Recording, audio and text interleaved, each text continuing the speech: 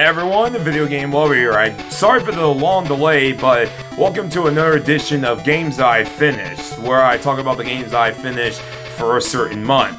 So, I only beat just 7 games for the month of March, some of them mostly on the Game Gear as long as the NES and Genesis and PSP. So without further ado, let's begin.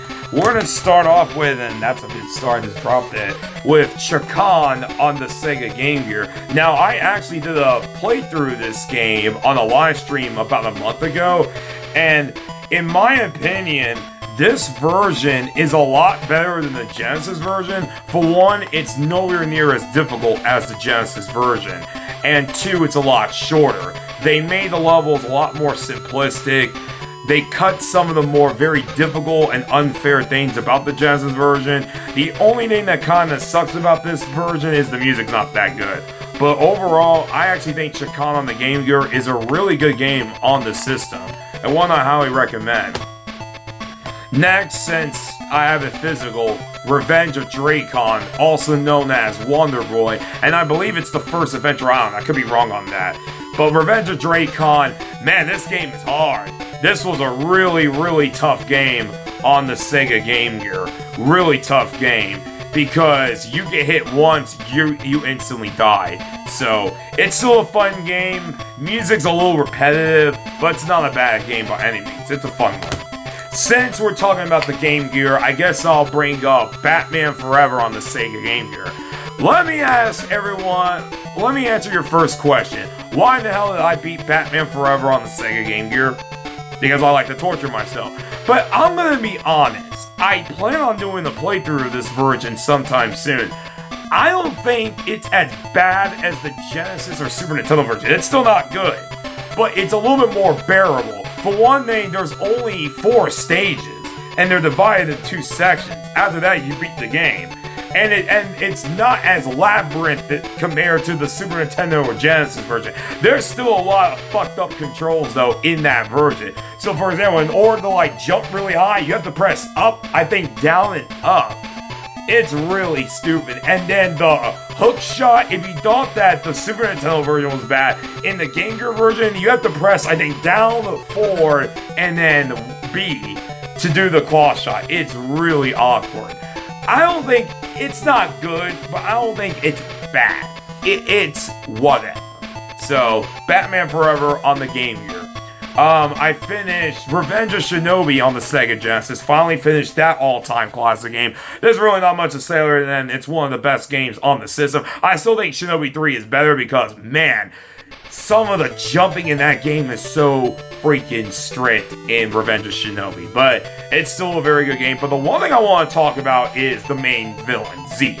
How in the fuck that this group was able to hire Spider-Man, Batman, Terminator, a Terminator lookalike that turns into the Hulk, and Godzilla to kill one ninja. He got those guys to kill one ninja. How the fuck does that work? The only downside is the version that I played is the 6-pack version, so Godzilla looks like Necroson from Primal Rage 2, unfortunately, and Batman was replaced by a gargoyle. So I guess they weren't able to keep the rights for Batman for far too long. The next game that I beat was Biohazard Battle on the Genesis. It's a pretty good shmup on the system. It was actually made by Sega, which I had no idea of. And it's really good. The music, though, is really weird. It's some of the strangest music I have heard on the system, and it fits perfectly for that game. It's a really fun game on the Sega Genesis. So now the next game that I finished is from the PSP. Is Naruto, I'm gonna butcher it, Atsuki Drive, I think that's what it's called. Naruto Shippuden Legends Atsuki Rising. I got confused. It's kind of like a beat-em-up RPG.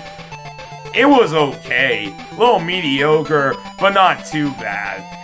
One thing I'll say is 1010, she is beyond broken in that game. You could just spam her special and you just win very easy. Even enemies are like 20 levels above you, they go down real fast with 1010. It's not a bad game. really short and it's only 10 chapters. I'm kind of glad it's a short game, because if it was like 20 chapters, I would have been done. But the sequel to that game, Kasuna Drive, I think that's what it's called, is really fucking bad. And my god, the audio of that game is atrocious. There's this enemy that looks like a wolf, and when you hit him, he makes like this really loud like sound. It's ear-gritting. The last game I finished was Thunderbirds on the NES. I had no idea that this game actually existed. I found this out from Megadan's live stream he did a couple years ago. There's really not much to say about it other than it's a shmup. It's an okay shmup, but there's a lot better shmups on the system. Not too bad, but kind of forgettable, if I'm gonna be honest. But that's all the games I finished for the month of March. Sorry for the long delay, but hope you guys enjoyed this little video, and I see you guys on my next video. Video Game Warrior 58. See you guys later. Peace.